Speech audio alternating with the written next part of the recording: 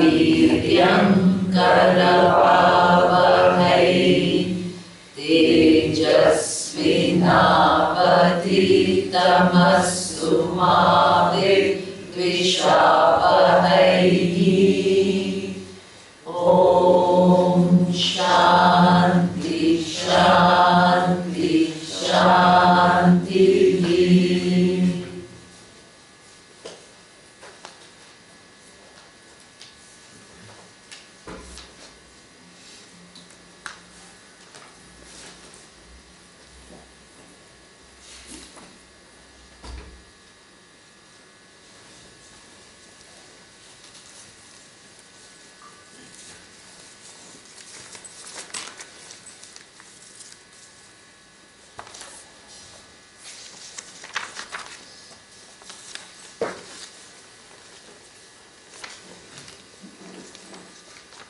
So we saw that the nature of mistake is not an ordinary mistake, it's a huge mistake, right? So therefore, this body, mind, sense complex, which is not I, is what has become I, and I, which is awareness, which does not have any boundaries, which is all pervasive, is given a location which is so small and so insignificant, and then we are suffering from that. Then that is the nature of mistake. So in this Bhasyam, they said, why do you need to remove this mistake? Why can't we just go on with this mistake? What does it cost us? Okay. So here he says, Evam ayam anadi anantaha naisargikaha adhyasaha mithya pratyaya rupaha kartutva bhroktutva pravartakaha sarva loka pratyakshaha asya anartha hetoho prahanaya atma ekatva pratipattaye sarve vedanta arabhyate yatha cha ayam arthaha sarvesham vedantanam tatha vayam asyam sharirika mimamsayam pradarshadishyamaha. Beautiful. It says that this with a mix-up, when is the beginning of this mix-up? When we are born. When is the beginning? And this birth itself, as I told you, is because of the mix-up which is already continuing. So how far can you trace it back to? So this is where it says anadi. Anadi means there is no beginning. There is no beginning, and that is something which is very important to understand, because we think, our whole understanding of the world is linear. Linear means what? That you want to ask, oh, if karma is bringing me here, what is the first karma? That is our buddhi. This is how it works. Right? How did the first karma come? So here it says, our whole vision of the world is, it's not linear, but it is cyclical. You must understand that. What does it mean? Anadi is a big word. Okay? So therefore, so where is the first mistake? That is, this is the question that is being used. How did we first make this mistake? Right? So there they say that this mistake, there is no such thing called, this is the first mistake, because it is anadi. Now what does anadi mean? So when our science, when we talk about, for example, the Big Bang, then we talk about what? The Big Bang is the beginning of the universe, right? So that means you trace it back to a beginning, which is that point, right? So that means, and then it will end. This is what we call linear. Right? There is a beginning, there is an end, and it is all defined. Now the whole Vedanta works on a different premise altogether. What it says is that this whole creation is not linear, but it is cyclical. Okay? So cyclical means there is no beginning, anadi. Right? Now, how do you know? Why should you accept what Veda is saying? Right? Why should you? Okay. Why should you take it as a more plausible explanation of creation than a linear? So therefore, we are asked to just use our buddhi. Okay? Now, if I tell you that if the creation is linear, for everything you should be able to find what? The first point. Right? So, because that is how you should, the linear means you always find the first point. But if I ask you the question, who came first, the father or son? What will you say? Chicken or the egg? The chicken or the egg? You'll keep on going, right? You'll keep on going where? Anadi. There is no answer. Why there is no answer? Because there is no linear creation. If I ask you what came first, chicken or egg?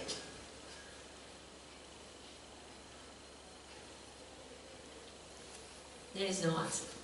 You can't have a chicken without egg, and the egg cannot come without chicken. Right?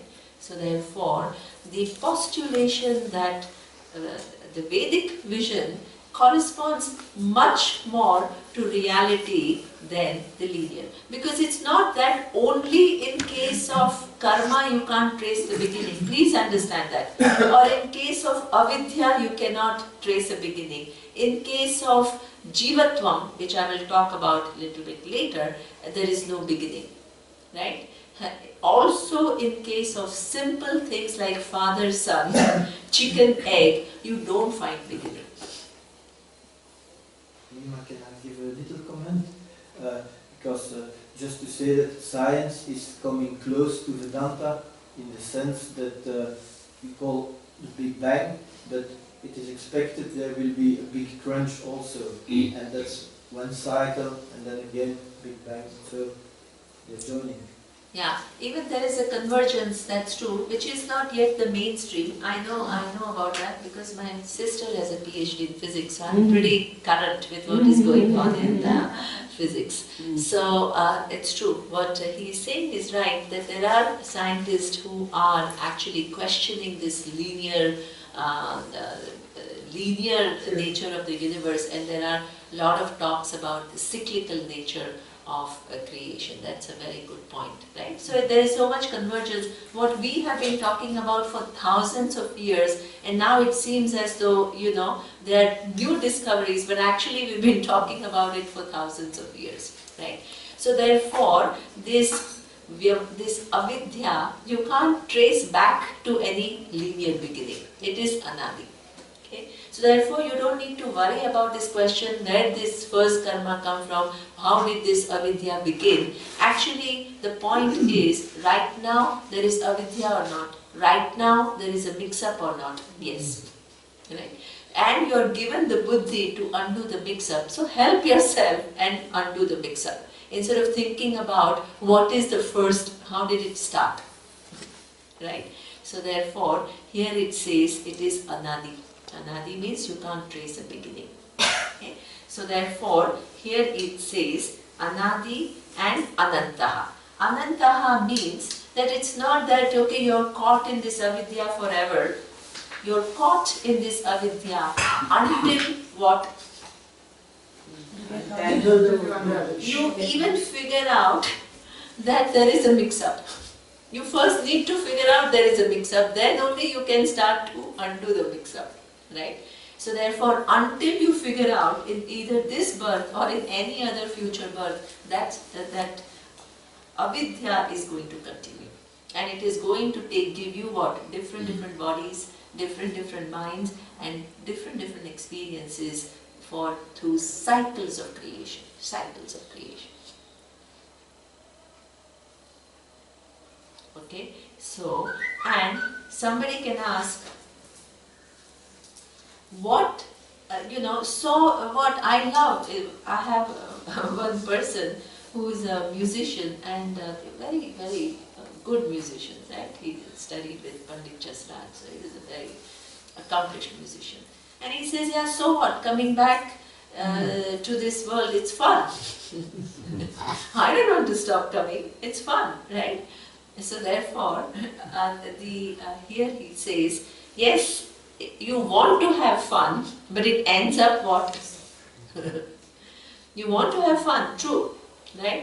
But if you really see how much of your time, right, goes in complaining and being dissatisfied as opposed to being happy, then what do you think is the proportion? I'm very actually curious to know the minds of human beings and see how, unless you have a key like Rajan, he made his son happy first and then, so that is a clever way of doing it. But generally, how much of our time is really spent being happy and how much of our time is spent complaining about something or the other, feeling unease, inadequacy, dissatisfaction, lack, how much?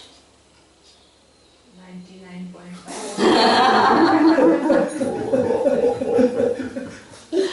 So that means Also, who is to ensure that this lifetime is fun and next lifetime will also be fun? absolutely. You may come back as anything Absolutely. in a very dire situation. Absolutely. Well, one could argue that if you have had a positive life and you have built good karma and you have achieved some awareness and knowledge, presumably the law of karma would give you an equivalently good birth next time, so you could build on that positive, That's true. right? It doesn't have to be a downward.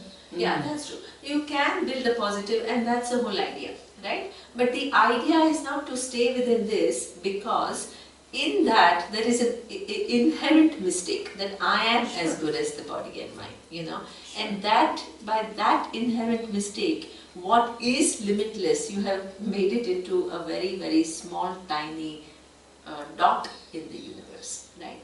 So therefore, this is where the nature, the magnitude of the mistake is huge, right? And there is, I think what Niru is saying is very, very true, because what happens is, as I told you, that let's say that many things work for you and you become successful, right? And that's wonderful, you become successful. But as you become successful, as Preeti says, unless you have a right perspective, right, what will happen? The very success will make you arrogant. And that arrogance will set a decline, downward fall for you. Ultimately, it's not something which is visible, right? So that means you begin to enjoy that success for a while, but because it adds distortions, then what? You keep going down. So there is no rule that once you are up, you are only going up. So you go up and you can actually come down. You have many, many leaders who are very, very good, or scientists who are brilliant, right? But then one side is working extremely well, and then there is the other side, right, which is totally untaken care of, right? And through that untaken care of side, you accumulate karma, and that is what it is going to create your downfall. Now there is this whole thing of there are some spiritual circles in which they say, as you become bigger and bigger, you can actually benefit the world more and more, right? So this is one way that you can actually, by your own volition, you keep on coming back. So this is not what Vedanta accepts at all, because it's like shouldering the burden of changing the world on yourself. Okay? Adi Shankaracharya doesn't have to keep on coming back to teach you. The world provides for what?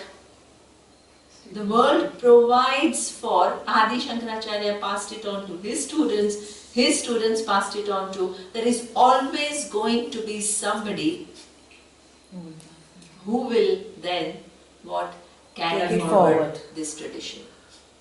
So the shoulder, you don't need to shoulder, you're doing the work of Ishwara. Really? Yeah. You want to become Ishwara by, and how many people change? Tell me. You have evolved a lot and you want to change the world. How many people end up coming to you? Even if you have thousands of followers, what percentage of human population is this?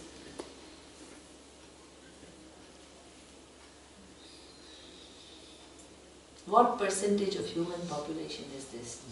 Not even a drop. Not even a drop, right? So the whole thing is, that is within, you are living within this grand flow of, this is the grand presence of Ishwara. So let Ishwara do the thing of what? Giving birth and not, who is free from the birth. You can't assume to be Ishwara and what? Take on the responsibility of changing the world. That mechanism is provided, it's ensured in the creation. So while you're alive, do your best because you are participant in that creation. You haven't set up the sun and the moon. You haven't set up all these different species. You haven't set up what? Your own body either. You are a trustee. That ownership is a problem. Ownership means what? I have created the whole thing and I want to control the world. Okay? And in that there is an illusion. Actually, you come in this body. Which part of the body you have sat and you have designed? Tell me. Zero. Which part of the brain have you designed?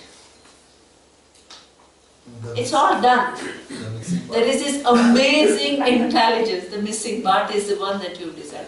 The whole creation is already, there is an amazing grand order we will see. The 2 sutras of Brahmasutras are devoted to Ishwara. Ishwara, you have to understand, there is no Vedanta without Ishwara.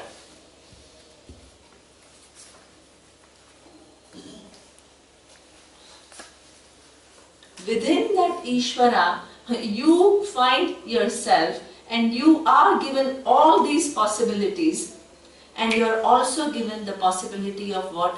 Undoing the mistake. And you have to what? Help yourself and undo this huge mistake that everybody is born with. And when you have undone this mistake while you are alive, what you can do? Make others help what? The other person undo the mistake, and who will ensure that it is passed on? The order of Ishwara. When I transfer it to you, my job is done. You will take it forward. Beautiful. Okay, so that's why you don't have to have Adi Shankaracharya come and sit in front of you. There is somebody who is in front of you who prays and says what? Let that wisdom which is transferred by Adi Shankaracharya flow through me, uncorrupted by my own little intelligence, uncorrupted by my own what? Newer idiosyncrasies. That is how, that is a huge, as I told you on the first day, that's a huge responsibility.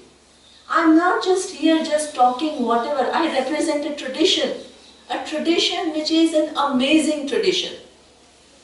And it flows through me, big. Right? And who serves that mechanism? You have, many of you haven't even seen my teacher in person. And everything that I have learned. People come to me and say, your Vedanta is outstanding. I said, all the clarity that I have got is from him. Nothing belongs to me.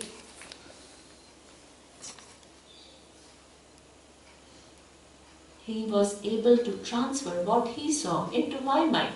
And I attempt to transfer it to your mind so you'll take it forward. This is how it is.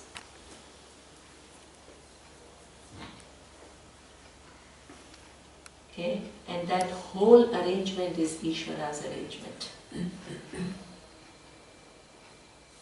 And you have to see that grand order within which you have come and help yourself to that and participate in that order to the extent of what?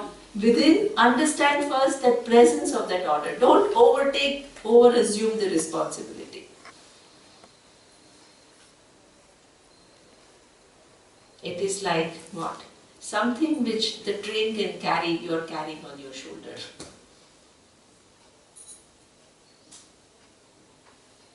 Okay, so therefore this whole thing is you have to help yourself, because inherently if you don't do this, then there is a problem of what?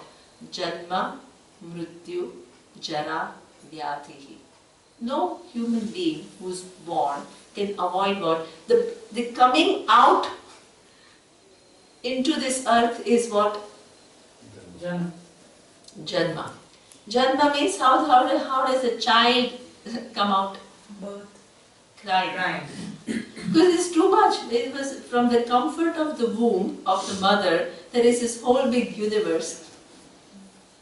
And the child is all so small. And you know, I remember sometimes as a child, my parents' friends and all, they seemed like such big people to me, because my buddhi was what? I was a little tiny person and I was looking at them as though they are some great people walking around. And you feel so small. Okay? And then, as I told you, you have, every time there is birth, there is what? Death. So that means mortality is something that you, if you think I am this individual, what happens? You fear death. That mortality is something, fear death of yourself and death of everybody else. Right? And that comes along. So mortality will bring fear, janma, mrityu. But in between janma and mrityu, do you have all just beautiful time? Jara, old age. Old age means you can see how many people who are in their 40s and 50s, they are all engaged in what? Looking after their elderly parents. We live in a society, luckily, where there is a social fabric where old people are not just left in the old people's homes. People, they live in their home, but so much of your time goes in looking after them. And by the time you finish that, you yourself are beginning to age.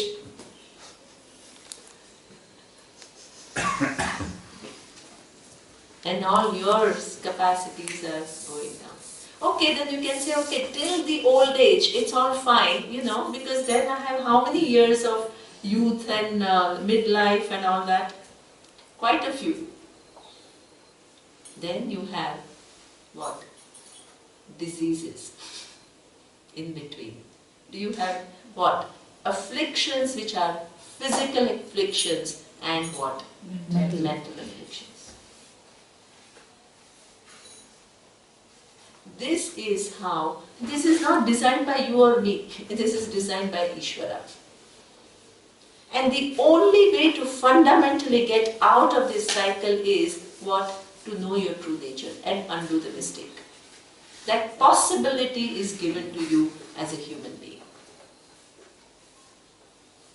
You are given the brain. As the Bhashya says, that every living being comes with what? Perception and inference. Everybody.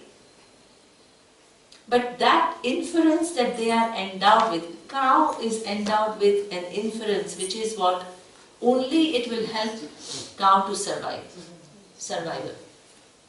Survival and food. Food and flight. Exactly.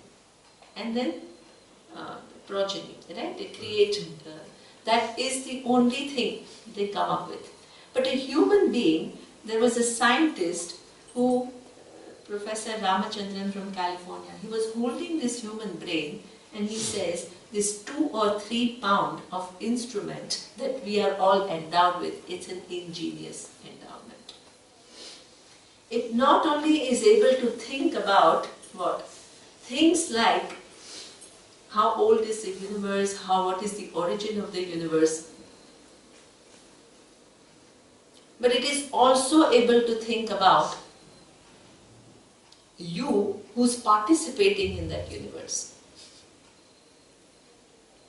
That is amazing. And that instrument, how we use it so sparingly. Okay? But within that is a possibility of not only knowing things of the world, but also undoing the mix-up. First recognizing that there is a mix-up and undoing the mix-up. So therefore, if I am limitless and I live and I die as a highly limited person, how much of my buddhi have I used? Zero. Almost. Because what is the distance between limited and limitless? If you are limitless and you die thinking I am limited, what is the distance between limited and limitless? Infinite. Infinite. So that means here it says your loss is how much? Infinite. Infinite. Only when you understand that, Vedanta doesn't just become pursuit when you have nothing else to do, come to Vedanta class. When all your parties are over and all your travels are over and all your other things are over, come to Vedanta and see, just just explore. Okay, it's not that. It's not a small thing. What you have come to, whether you recognize or not, somewhere the universe has brought you here. Something you have done which deserves what? Somewhere you don't even know what you've come for. You don't even understand all the full implications. Many people came with doubt, many people didn't even know who was the teacher, nothing, they just came. Somebody just came to explore. People came for all different reasons, but the universe brought them all here, to this flow of knowledge, as Surya was saying, which is perennial. And that knowledge is extraordinary knowledge. Extraordinary.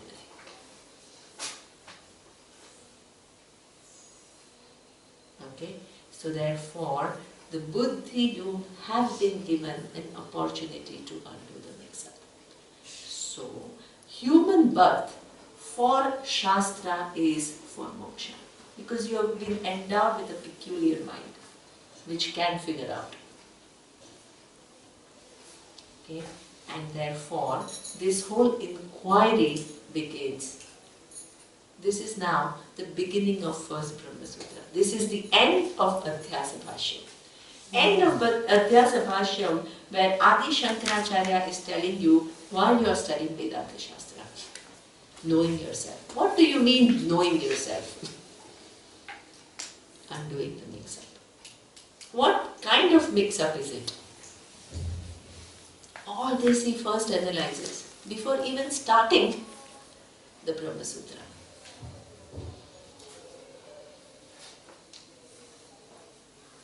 How much thoughts are given, right? You don't just start teaching. Nobody knows what problem they are going to solve, how it is going to solve the problem, why Vedanta Shastra, why I can't do it with my own perception and inference. There is no clarity. People just start talking. So much time is spent in giving you clarity as to, for knowing the nature of I, why do you need Vedanta? Why? Because you don't know it only, no?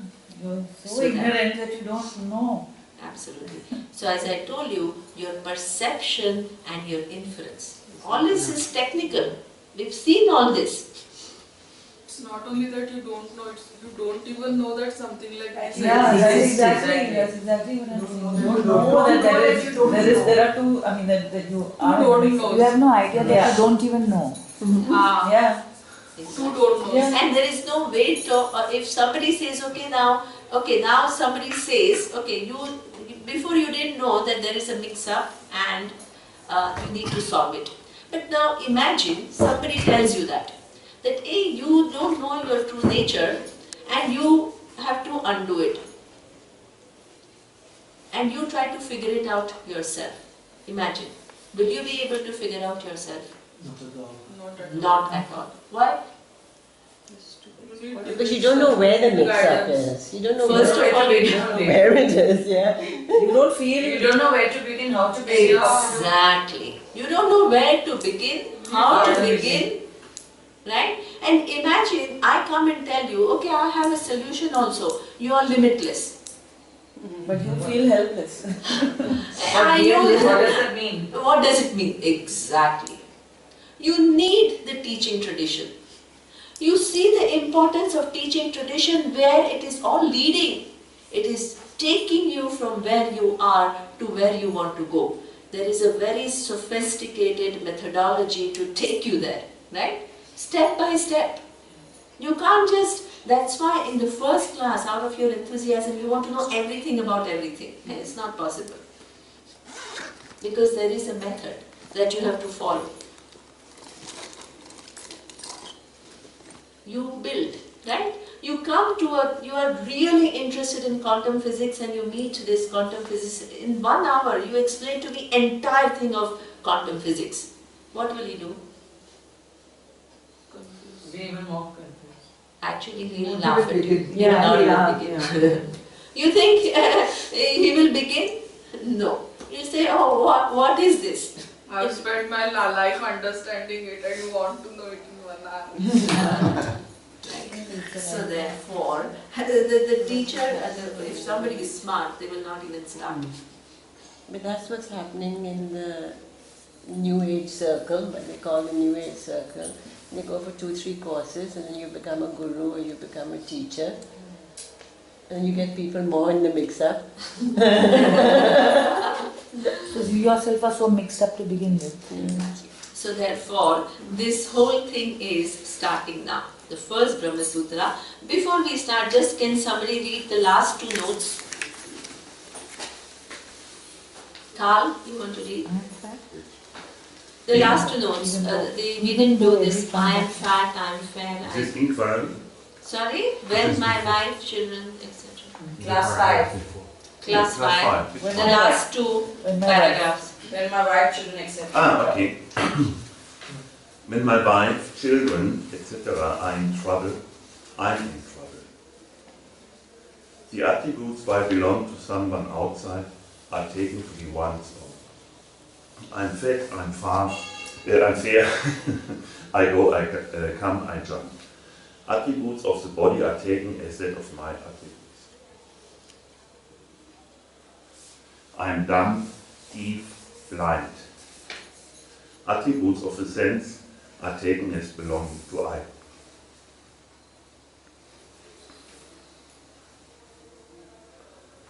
I am happy, sad, angry, fearful.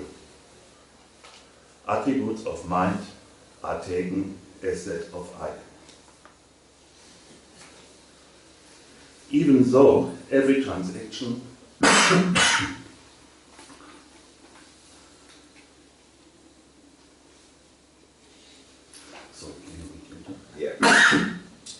Even though every transaction, including engaging in Veda, is done with this basic subject-object mistake.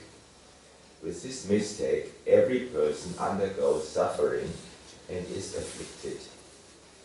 The only way to get rid of lack, inadequacy, and not fulfillment is to use Vedanta Sutras and undo this fundamental mistake. This knowledge makes you swallow subject-object distinction and shows you oneness that is the reality. This inquiry can only be done when you have an appropriate body and mind, human or equivalent. Therefore, to undo the mistake that has been going on for circles of birth, one has to use one's human birth and undertakes the inquiry. One only then one uses the privilege of the human birth fully. Is it clear? Yes. Just a small clarification Yes. before you begin. You said that the distance between limited and limitless is infinite if you don't understand. But if you do understand and undo the mistake, then the distance is zero? Zero, exactly. Yeah, absolutely. Perfect. And this is why, this is a very good observation, because, one second, just let me answer, then I will, in fact, that's a very good observation, because in Upanishads, it is said, Brahmavit Brahma eva bhavati. Right? The knower of Brahman becomes Brahman, is Brahman. So that means the distance is zero. Okay? So what she is saying is, if you don't know it, what is the distance? Limitless. But if you know it, then what is the distance? Zero. Right? So therefore, that means the knower of Brahman becomes Brahman. So there is no distance. Because, why? When you know the table, do you become the table? No. When you know the flower, can you become the flower? No. So therefore, Brahman is not an object. Brahman is you. Right? What keeps you away from that Brahman which is already you is what? Your ignorance. So that's why, what are you doing? Removing the ignorance. This is exactly what Bhashya, you saw that Adhyasa Bhashya talked about it. It says superimposition, that mix-up, you take it as the body and mind, is because of what? That superimposition, adhyasa, happens because of avidya, ignorance. And if you want to see it accurately, what do you need to tackle? The ignorance. With ignorance. Exactly. Right? So this is what is the whole pursuit. Right? So for that removal of superimposition, you need knowledge. Because only in light of that knowledge, the superimposition happens because of ignorance.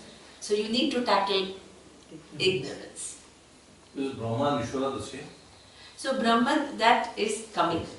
The next 4 sutras are going to answer these questions. Right? So what is this Brahman? That is in detail explained. That includes Ishwara, it includes Atma, it includes everything. So that's why you have to listen carefully and stay with the analysis. Highly analytical. You have to stay with it. Okay? So all this will be answered. So the first sutra is actually a starting sutra, which is, it says, Athaha Ataha Brahma Jijnasa. So I want you to chant, because these 4 sutras are, they are so powerful, they just convey the entire vision of the Veda. Okay? So we chant it like Athato Brahma Jijnasa. Athato Brahma Jijnasa. Okay? So this sutra has 3 words. Atha, Ataha and Brahma Jijnasa. And Brahma Jijnasa is a compound, right? Sanskrit language has a word where that word is a compound of 2 or more words joined together, but it becomes one word. Okay? So now the first analysis is that of Atha Shabda. Atha. Atha Shabda means thereafter. The Atha Shabda means thereafter, and Bhashyakara says that thereafter that is not in the sense of Brahma Jijnasa begins, but it is in the sense of when certain conditions are met, then what? A Brahma Jijnasa will naturally arise for you. This is the thing as to, many people ask this question, but how come Vedanta is not available to everyone? Technically, Vedanta is available to everyone. The very fact that you advertise a retreat on the website, it's a public event. Nobody, right? Nobody stopped from coming. And institutions are created. This whole institution is created with donations of people. Donations of people who value this knowledge so that, what? You don't have to be rich to be able to come and study Vedanta. It's not an exclusive thing of somebody who is only able to afford some huge amount can come and study. But there are people who see the value of this tradition and they give in abundance. Abundance. Because they see the value of this knowledge. It is this knowledge of what? Of infinity. Go find any institution in this world where this knowledge is given with so much clarity. Fine.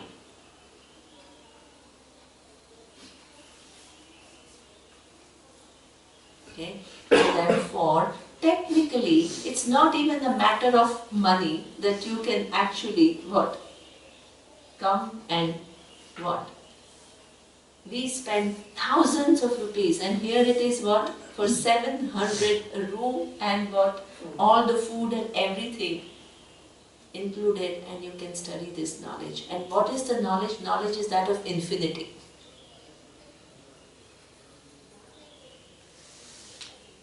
Okay? So therefore, technically, nobody is what? Excluded from this knowledge. Very, very important.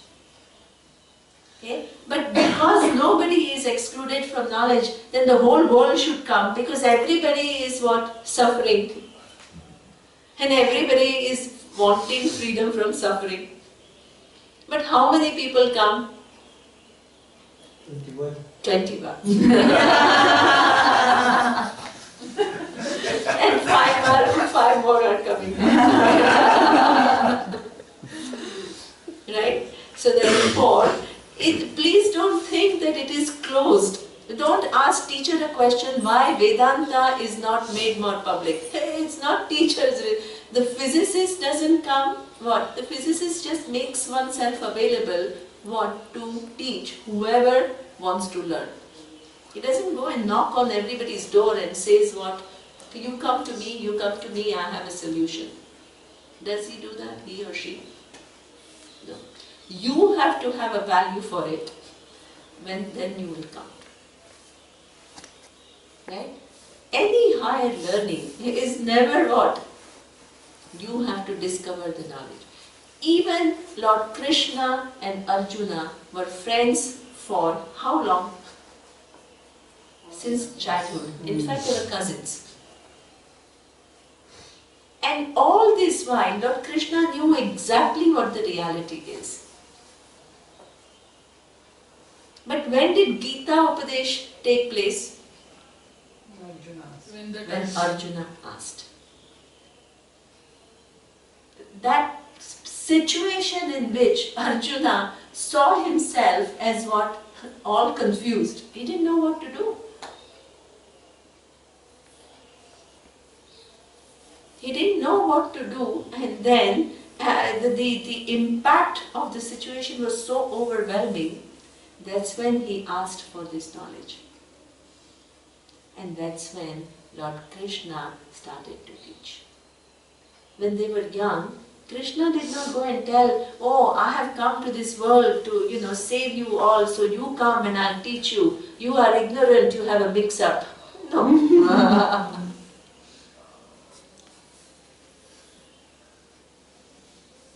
He did not take on this thing, or he was not a missionary, he was a teacher. Teacher means, I know something, if you have value for what I know, you come to me.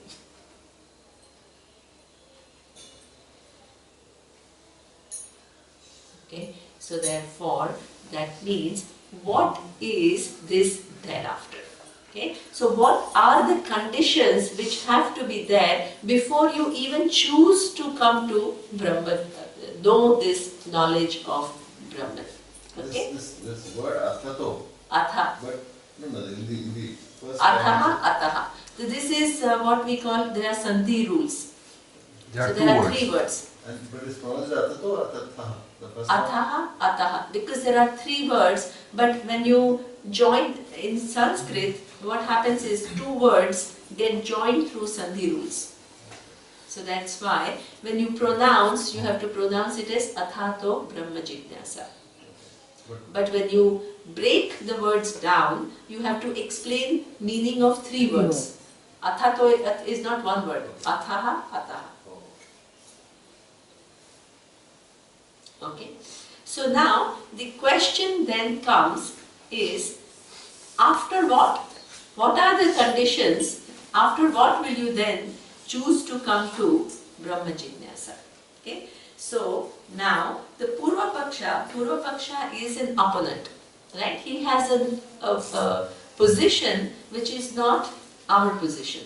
That is a technical name called Purva Paksha. Paksha is the side and Purva means the opposite side, right? The Purva Paksha is saying, after what? This is what? The first portion of the Veda and then the second portion of the Veda. So therefore he says, after you have done all the prayers and all the rituals of the first portion of the Veda, then you will come to Vedanta Shastra. This is the opposite. Right? What is wrong with that logic? There is no sequence of knowing. Excellent. There is no sequence, otherwise right now, how many of you have done all the rituals and prayers of Veda Shastra? How many of you have done in your lifetime? 0. If that was the condition, what? None of you would be here. Yeah. True. Right? Have you sat? Otherwise I will have to tell you, go and do all the rituals. That the first portion of the Veda, and you know how big is the first portion of the Veda? Huge. And how much is Vedanta Shastra? This much. So I will say, you go and finish all the rituals and all the prayers. Come back in next. And then you come back. By the time it is Next lifetime. If not 1, then 2 lifetimes. Absolutely. Right? So therefore, thereafter, can it mean that you have done all the prayers before in some other lifetime? Right? And all the rituals which are prescribed, and then you come to Vedanta Shastra. So thereafter, the meaning of thereafter cannot be what? Rituals. Exactly. Thereafter cannot mean that you have done all the prayers and all the rituals, and then you come to Vedanta.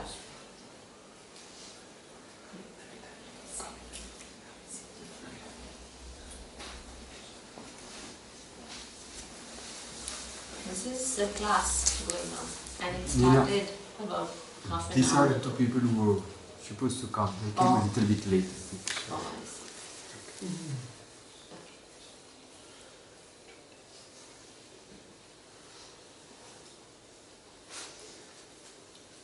Then, Ataha, what he says is, as Niru says, is not even a sequence, right? Because he says the subject matter, you know, you can say that if you want to do physics, then what, a PhD in physics or mathematics, what do you need to first do? High school. You have to start with high school, you need to enroll in undergraduate studies, you need to enroll in graduate studies, and then you can do PhD in physics, right? So there is a chronological, there is a build-up. Here he says, between Karma Kanda and Vedanta Shastra, there is no chronology possible. There is no chronology possible because of what reason? Here he explains. Okay. So now I will read the first part, and then I will I'm at the second part. Here he says, Atra Atha Shabda anantarya arthaha parigruhyate na adhikarathaha. Brahma jignasayaha anadhikarya tvat mangalasya cha vakyartha samanvaya abhavat. Arthantara prayuktaha eva hi atha shabda shrutya mangala prayojanam bhavati. Here he says, can we take this, any text, it begins with Mangalartha. Mangalartha is what? You start with auspicious saying something, right? So that means, as Surya said, Gayatri Mantra itself doesn't have Om, but what do? You say Om Bhur Swaha. So that means that Om you add in what sense? Mangalartha. Mangalartha means you are doing something auspicious and you start with something which is auspicious. Right? Here he says, can you take that Atha Shabda as just auspiciousness? And the answer is no. Because when you write a sutra, each word has to convey so much, you can't just waste it away with auspicious. Because you are using only 3 words. Right? So this word, the Mangalartha could be a secondary meaning, it cannot be the primary meaning. Right? When you are giving a long talk, you can have one word which is Mangalartha. But when you are writing a sutra, where through, you have to be very brief, each word has to be all loaded with a lot of meaning. It cannot be just Mangalartha. So therefore, he says that Atha Shabda is not just Mangalartha, it has a much bigger meaning. Okay? So, Purva Prakruta Apekshayascha Falataha Anantaryartha Vyatirekat Saticha Anantarya Arthatve Yatha Dharma Jignasa Purva Vritam Veda Adhyayanam Niyamena Apekshate. Okay? So now, Atha Shabda then means what?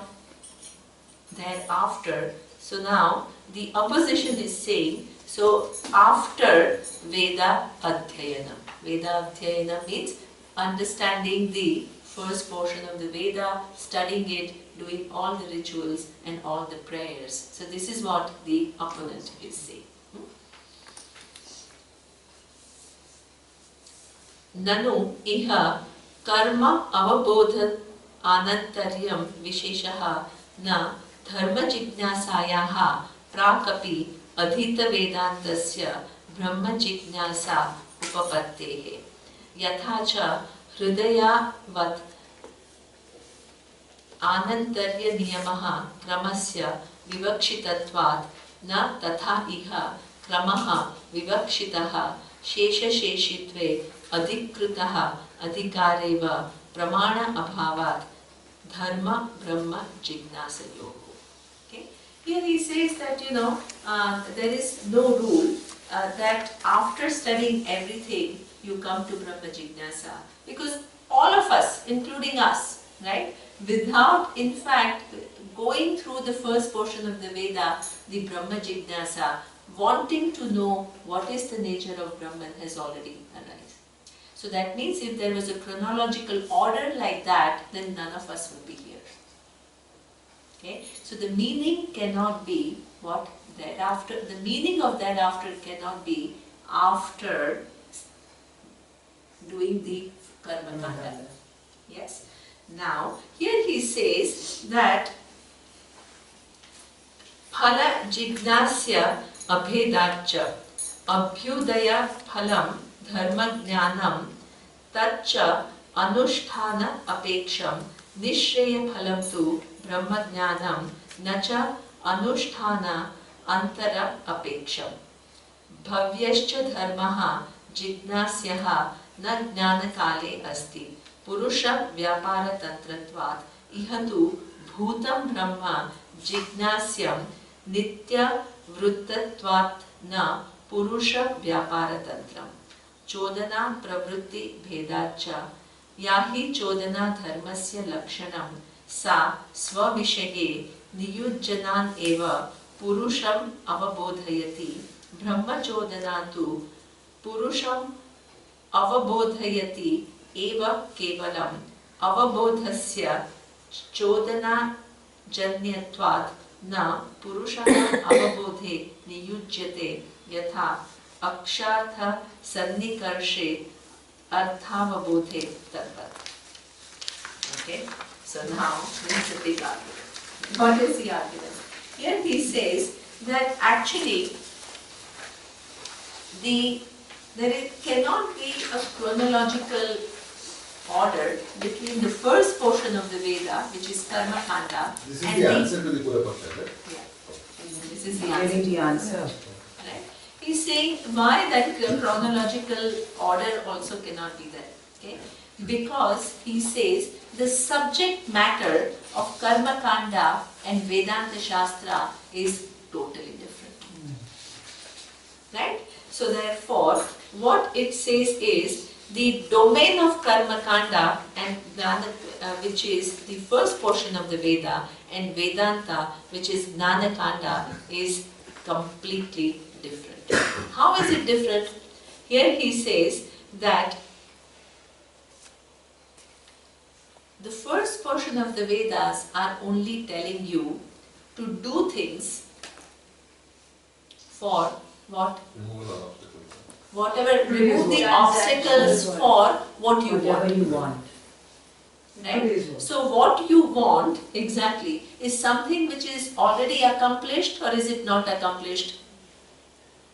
Not accomplished. Not accomplished, right? You want a promotion which is not yet accomplished. You want to gain heaven which is not yet accomplished. You want to become king that is not yet accomplished, right? So that means you have many different desires which are not yet accomplished, and you know some known means to accomplish those desires, and you are doing all of that, but you are adding one more ritual or prayer which you don't know, right? How that exactly, the unknown to the unknown, or unknown to the known, right?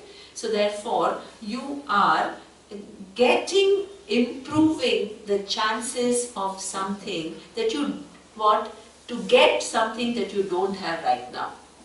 Whole subject matter of what the first portion of the Veda is what you call apraptasya prapti. Apraptasya prapti means something which is not yet there for you. It shows you the means of getting it. Understand? Accomplishing what is not yet accomplished. Apraptasya prapti.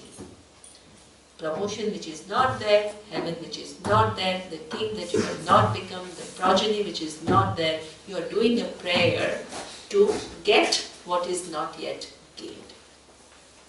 Okay? Now, in order to let's say, from the first portion of the Veda, you can say, this ritual you do, and you will get that.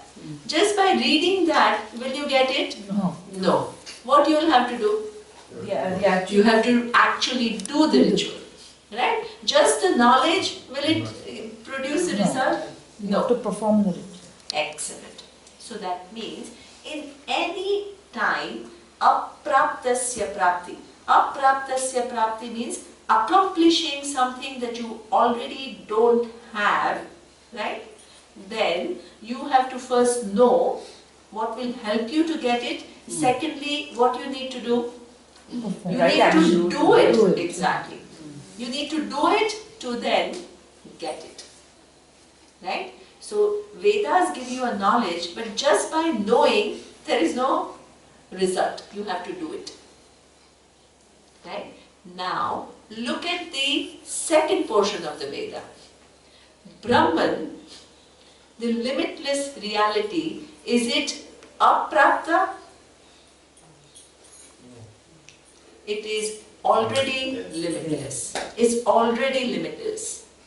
Please understand, What is Vedanta showing you? The nature of I, the awareness, is It's already there. Already in existence. It's already free from all the limitation. Understand? That means it is what? Is it aprapta? You already have it. Exactly. It is what you call praptasya prapti. It's already there. Brahman is already limitless.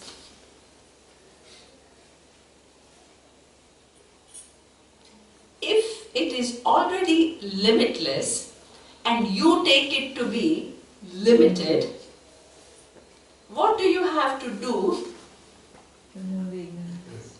Only thing you have to do is what? Remove the ignorance.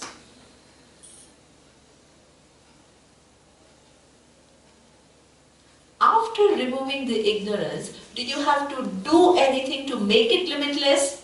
No. No. Huge difference between what? Karma kanda and jnana kanda. Huge. The other one is apraptasya praptihi. Something which is not there right now, I need to get it. In order to get it, I not only need to know certain means of getting it, but I also, after knowing it, I have to do it. Because it's away from me in terms of time, space, and object. It's away. The knowledge, which is the second portion of the Veda, is of Brahman. Is it ever away from me? No.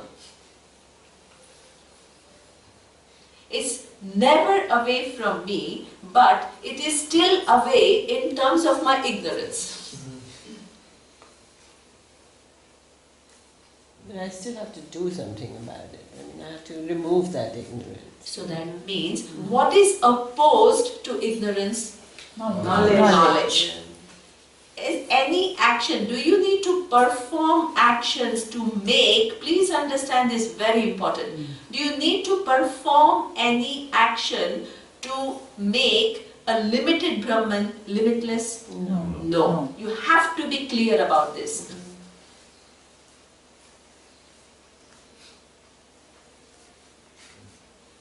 You are not making that limited Brahman limitless. You are not doing that. Brahman is already limitless. And the nature of pursuit is not doing, it's knowing. This is a problem, we are all confused. It's not doing, it's knowing. We are just doing. Always doing, but never knowing. Exactly. Our whole orientation in life is doing. Right? Doing means, doing implies right now what, it's not there, and as a result of doing it will come. Exactly. It's not this. These are very, very significant conceptual points that you must be clear about. That's very important. Otherwise, whole Vedanta you will listen for lifetime and you won't have clarity. What you are doing or what you are not doing. Little question to this point, isn't to remove the ignorance also doing something. brain work? That is not called doing. It's not called doing. It's not called doing, and this is why. Doing is, please understand, mechanical then. doing is, there is a definition which is fundamentally defining what is action and what is knowledge. You have to be very clear about what is action and what is knowledge. So therefore, here it says, okay,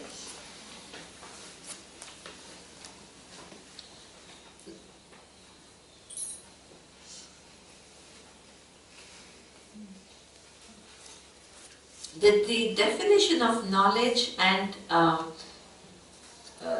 I will talk about a little right now, but later on there is a big discussion, so I don't want to spend too much time because I need to follow the text, right? So just to give you a simple example of 2 plus 2 is equal to 4, right? Are you doing something to make it 4? 2 plus 2 is equal to already 4. What are you doing? You're just removing your ignorance. You're not producing it, right? But, for example, if I say that you tell a child, put all these different pieces together and build a house. Are these pieces already there? No. What are you doing? You are making them something which is not already there. Through your actions, what are you doing? You're producing it. So, apraptasya prapti. 2 plus 2 is equal to 4 is an already accomplished fact. It is an accomplished fact. When you go to school, you learn 1, 2, 3, 4, and That's then true. to So do you are, and then you find out, this is the same in 2 and 2. yes, Does this work for me? No, it's true, but that means what you are doing is 2 plus 2, even if you don't know that it is 4, it is always going to be 4.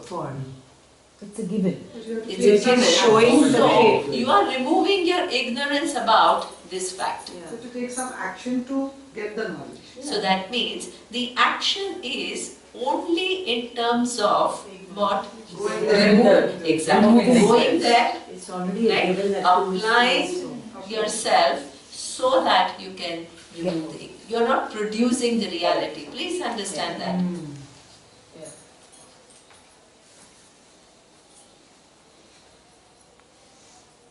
But Neema, isn't it in the, like you're saying, it's a knowing. You know, in my mind, coming to your classes, yes, Brahman is limitless. It's limitless. You're saying it. I know it. But that knowing, it's almost like you want a tangible verification. What is that then? You know, it's like, it's a knowing. You know, it's not a doing, but that knowing, when will, you know, theoretically it's there, it's a knowing. Yeah, see, all this is all it's all moving in a very brilliant manner. All these questions are all taken care of, right? I can give a small example So, just to ratify that. Yeah. It's suppose Neema is telling us, outside this window is a beautiful scenery. It exists, but the glass is stained. So if you clear the glass, you can see it. Right now you see, then there is a no. So knowing is once you know. So if ignorance removed, you know. Absolutely. This is so true because, Meera, see, this is where the whole, Advaita Bhasyam, actually, even that inquiry that I told you, right? That imagine who has to do this inquiry, where is the confusion? In the buddhi, right? The mix-up is where? In the buddhi. Where this mix-up has to be undone? In the buddhi. And a Brahman, does it get produced by your effort? No, it's already there, right? So all you have to do is to remove your ignorance about what is already there. It doesn't get produced. You are not constructing a Brahman It exists. who's limitless. It is exists. already in existence and will always be. Absolutely. It doesn't depend upon your buddhi to get become limitless. So therefore, now imagine this buddhi which has to understand it. There are 4 aspects of this buddhi. Mind, right? Now the mind, which is all exaggerating with emotions, right? Your sadness is all heightened, your jealousies are heightened, and all your whatever anger is heightened, untaken care of, right? This is one mind. One aspect of the mind which is all distorted. Your cognitive capacities are all unclear. You are not able to even distinguish between small logics. Small logics, you struggle like anything, right? So that means it's all unprepared, right? And memories are all inadequately used, where instead of using it adequately, whatever that little event is looming very large in your mind, like that that half papad, right? And everything else which is worth remembering is all forgotten.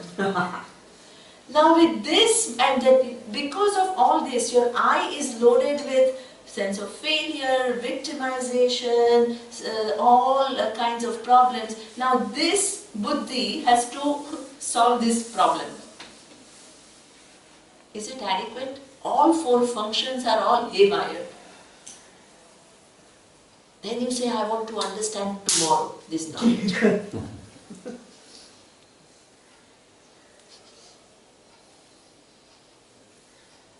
Then I say, this is not even one lifetime, it's lifetimes of pursuit.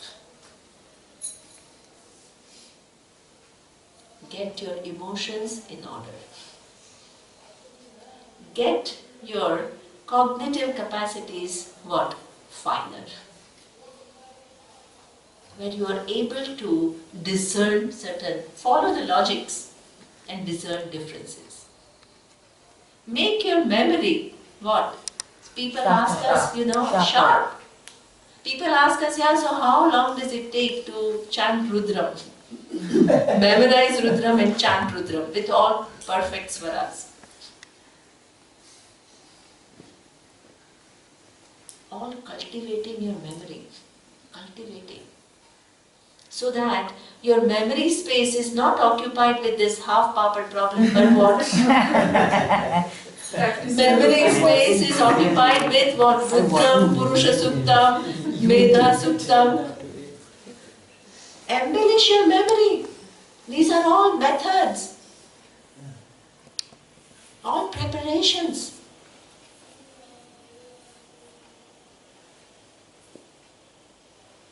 All preparations. Unload your eye from all kinds of problems, that every over-responsibility that you've assumed, or any under-responsibility that you have assumed, or any victimization, or any sense of failure, all your eye is all loaded.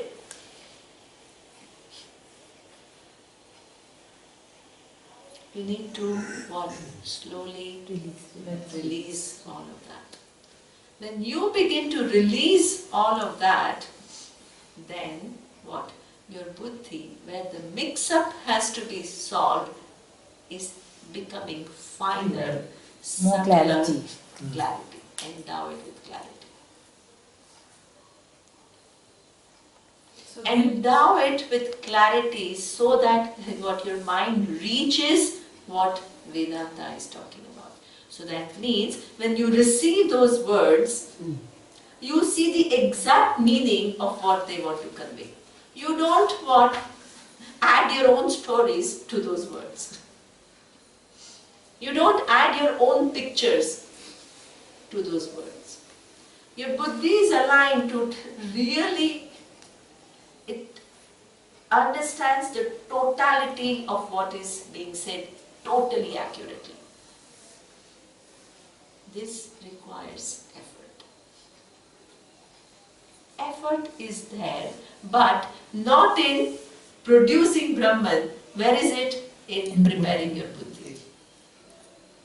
Preparing your buddhi is what? It is apraptasya praptihi, which is not yet prepared. It has distortions and you have to make an effort to prepare it. This is apraptasya praptihi.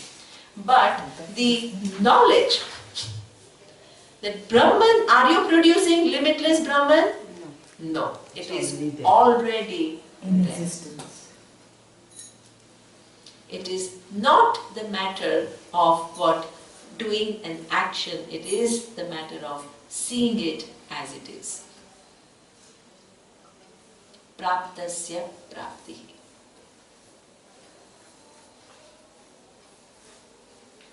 Okay, huge difference between karma kanda and jnana kanda.